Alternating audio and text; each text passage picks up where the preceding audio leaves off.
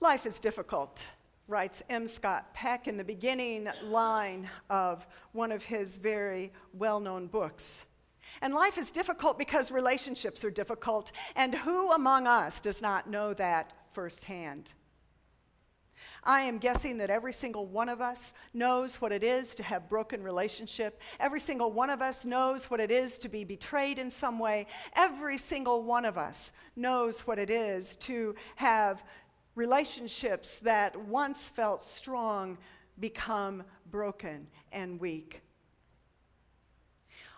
It is not unusual that broken relationships get played out in hurtful ways over decades. And so if you know what it is to have a broken relationship, if you know what it is to be betrayed, if you know what it is to struggle to forgive, then the story of Joseph and his brothers is for you.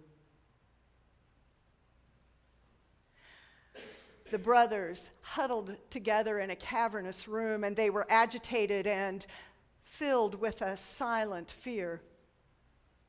The right-hand man of the king, the Pharaoh, was visibly upset. He had sent everyone away from the room except them, and now he sobbed so loudly that everyone heard him anyway. And when he finally caught his breath, he turned to the brothers, and the words that came out of his mouth filled them with terror. For he said to them, "I am Joseph." And the brothers shrank back, and he motioned them to come closer. "I am Joseph, your brother, the one you sold into slavery in Egypt." And that lavish room of the palace was filled with pain and grief and estrangement and betrayal and guilt. That room was so full it could hold nothing else.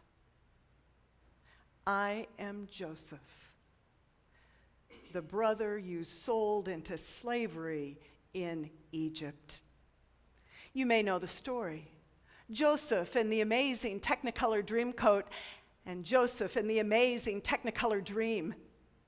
That dream that he had that one day he would rule over all his brothers, and he was so full of himself that the brothers were enraged and threw him into a pit. The slave traders from Egypt came by and they sold him into slavery, and then they took that amazing Technicolor Dreamcoat, dipped it into the blood of a goat, and took that gruesome article of clothing to their father Jacob and said, Joseph is dead. And Joseph's story is not an easy one. He ended up in an Egyptian prison. But there, his ability to interpret dreams came to the attention of the Pharaoh, the king. And Joseph explained one of the king's dreams, that these 7 years of much food would be followed by 7 years of famine, and the king would need someone to prepare for those 7 years of famine, and Joseph knew just the one. And Joseph stepped into the role of the king's advisor and even father. And now in this room, the brothers stood before him, and they had come seeking food, never dreaming they'd find their brother. This is a story of what it is to be thrown into a foreign world, of what it is to know the inside of a pit and a prison. This is a story of being utterly alone, to have no one, to have nothing.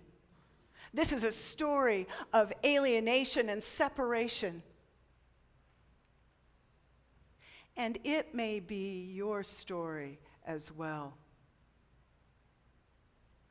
For you may know what it is to be thrown into a foreign world, into a pit, and into a prison. You may know what it is to be utterly alone, to have no one and to have nothing.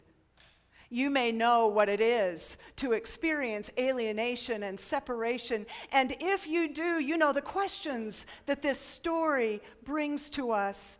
Is it possible to survive when you are totally alone? Is it possible to have hope? How do you forgive the unforgivable? Joseph has spent decades listening for the voice of God in the unfoldings of his life, in his dreams, in the people, in the events that happen, even when they are incredibly painful and cause great suffering. And Joseph has learned to interpret God's work underneath all the unfolding events of his life. And so now Joseph, after decades of pondering these questions, answers his brothers. And he says this: God has sent me here to preserve life. God has sent me here to preserve a remnant. God has sent me here. It was not you. And this is enough to make us pause right about here and say, oh, really? God is the one that preordained, that foreordained, that predestined that Joseph would get thrown into a pit by his brothers and sold into slavery? Really? God is the one that decided that Joseph would be thrown into an Egyptian prison and suffer and be all alone and know betrayal? Really? God is the one who planned that Joseph's father Jacob would be told his son was dead in a deceptive act by his brothers? And if that's true, if God's planned all this out, and this was according to God's will, well, you and I are puppets on a string. And all those times we think we have a choice to make, a decision to make, we're just kidding ourselves. And a God who would plan this out for God's purposes must be a harsh and cruel God. And then we have to ask if that's the God we want to spend time worshiping. The story of Joseph makes it clear that that is not the case, and that is not how God works. For the story of Joseph refers to the reprehensible actions of his brothers as sinful and evil, and that guilt is laid upon them because of what they have chosen to do. And so, as the story of Joseph has unfolded, people, Joseph, his brothers, have made choices.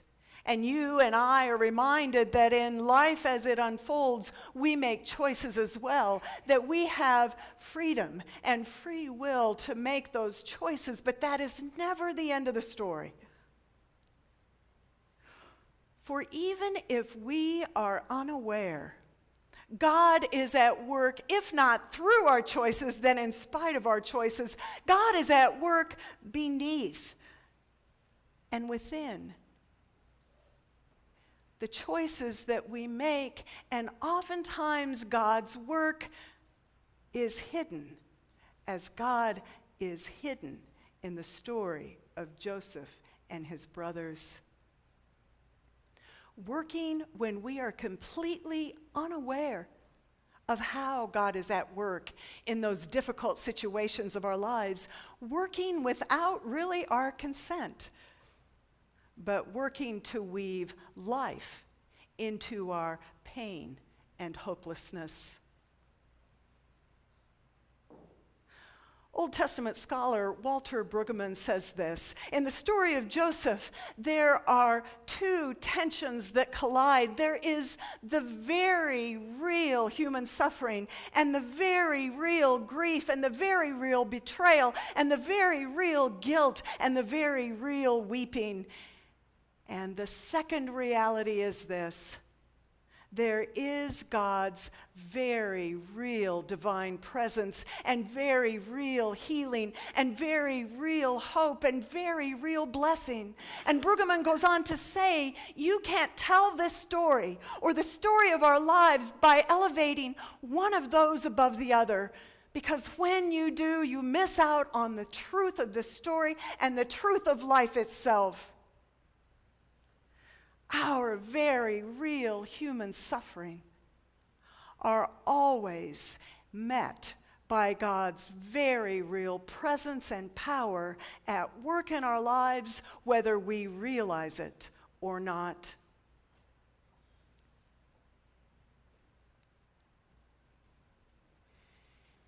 Maybe this is why they say that every event of our lives happens twice.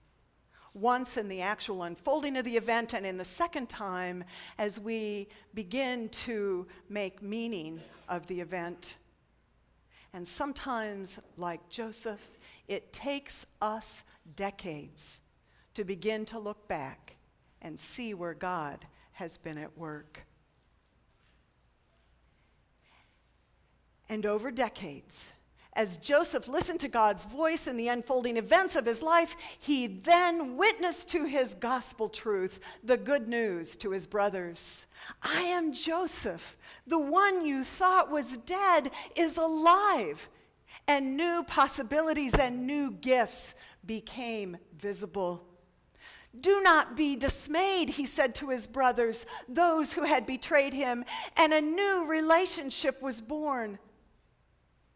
One in which there was truth-telling and a willingness to reveal honestly who he was, which is the basis of all healthy relationships. God sent me, Joseph said, and sending is a word of discipleship, and this doesn't mean that God preordained everything that happened to Joseph. This means that in that place of alienation and pain and suffering, that God sent Joseph on a mission to the people of Egypt and beyond, to feed them and to offer them hope, to be a blessing even in that place of loss and alienation and grief. You see, the word Egypt in Hebrew means narrow place. And in those narrow places of our lives where we feel constricted and where we feel pressure and where it's dark and we are persecuted and we are suffering, by the grace of God, that becomes a birth canal where we are reborn. And anytime we see life in the face of death, anytime we see reconciliation in the face of estrangement, we know that God is at work for new life in surprising ways. The rabbis tell this story, that when Joseph's father Jacob died, and Joseph was taking Jacob's bones back to Canaan to be buried, Joseph came to that pit that he had been thrown into by his brothers, now decades and decades and decades later. And Joseph stopped at the pit and he blessed it. Not because what his brothers did was okay, it wasn't. Not because God foreknew and preordained Joseph's suffering and pain. God didn't. Because God was at work to transform and to redeem the situation that Joseph found himself in. And Joseph blessed God's amazing, surprising, often hidden ways working for new life. We do the same. Sometimes we even call it resurrection. Amen.